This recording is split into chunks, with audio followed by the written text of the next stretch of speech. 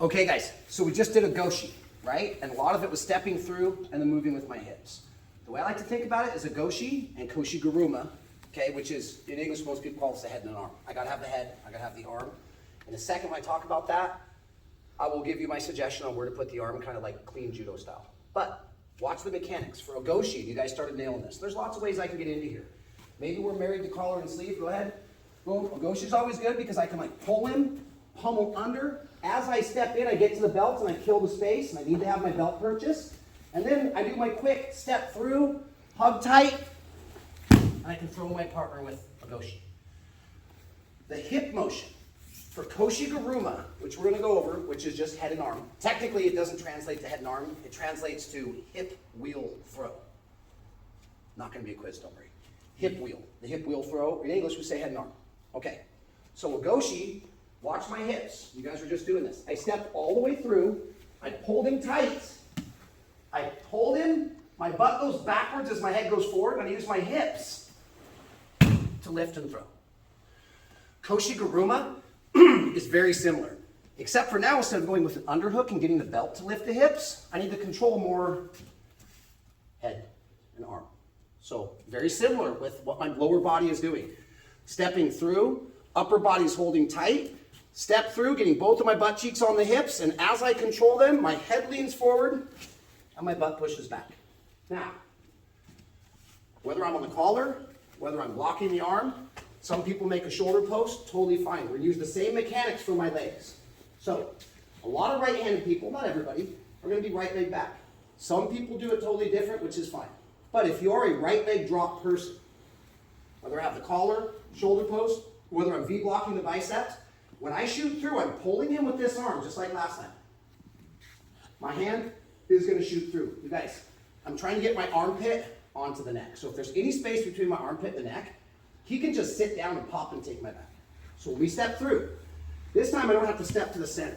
I make one big pivot step all the way through to the far side. When I do, I'm pulling him in, I'm shooting my armpit. You guys see how his neck is in my armpit? Now, everybody wants to do this. They want to hug the head. Here's why I don't do this. When I come through, if one drops his hips and shrugs his head, go ahead.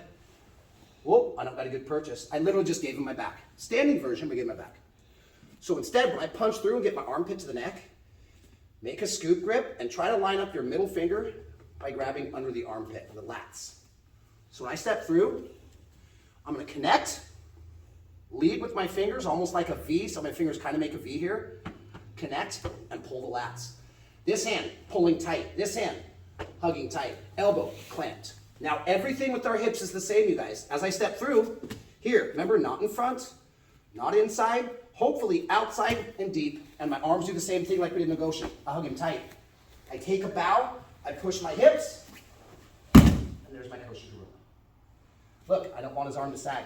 I want it up, because later, we can step right into our jujis.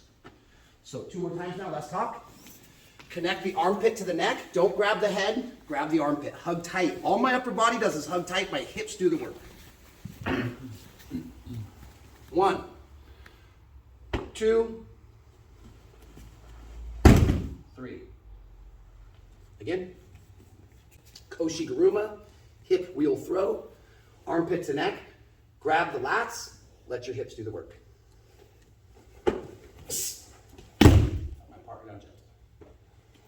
Very good. 1, good job keeping your feet in, right? We don't want to land flat on our spine. These are jiu-jitsu mats, they're not judo mats. Don't break your partners. Easy stuff. You go a couple, they go a couple, 5 minutes. Koshi guruma, commonly known as head and arm. Ready? 1, 2, 3.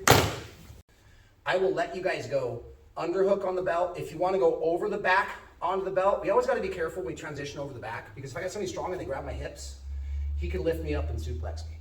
But I get a lot of leverage from over the back. So for today, just kind of be aware. If I get an underhook, I don't have quite as good a control as if I have overhook, underhook belt, or lat grip. This is almost exactly the same as ogoshi. Ogoshi, both feet on the ground. Harai goshi, once I get him moving, I'm going to kick his leg for a little extra oomph. If I do it from here, and then as his toes leave the ground, this foot comes back. Oh, there's the over grip. There's the lat grip. What if we do it with an under grip on the belt? Still harai goshi. Underhook on the belt for Ogoshi. I came here, 2 feet on the floor. For Harai Goshi, once his weight transfers, I kick like I'm pushing a skateboard. And I come around. Does that make sense? Okay, so all we're gonna do is step through like normal. As they start to lift, you're gonna be less 50-50 and more 80-20. As the toes start to leave the ground, don't just come back. Try to put your sole of your foot to the ceiling and kick as I pull. Kick and pull. Last time. Whatever grip we want. Boom. Send him around. Again, try to control your partner on the way down. All right, guys, you do a couple, they do a couple. 1, 2, 3.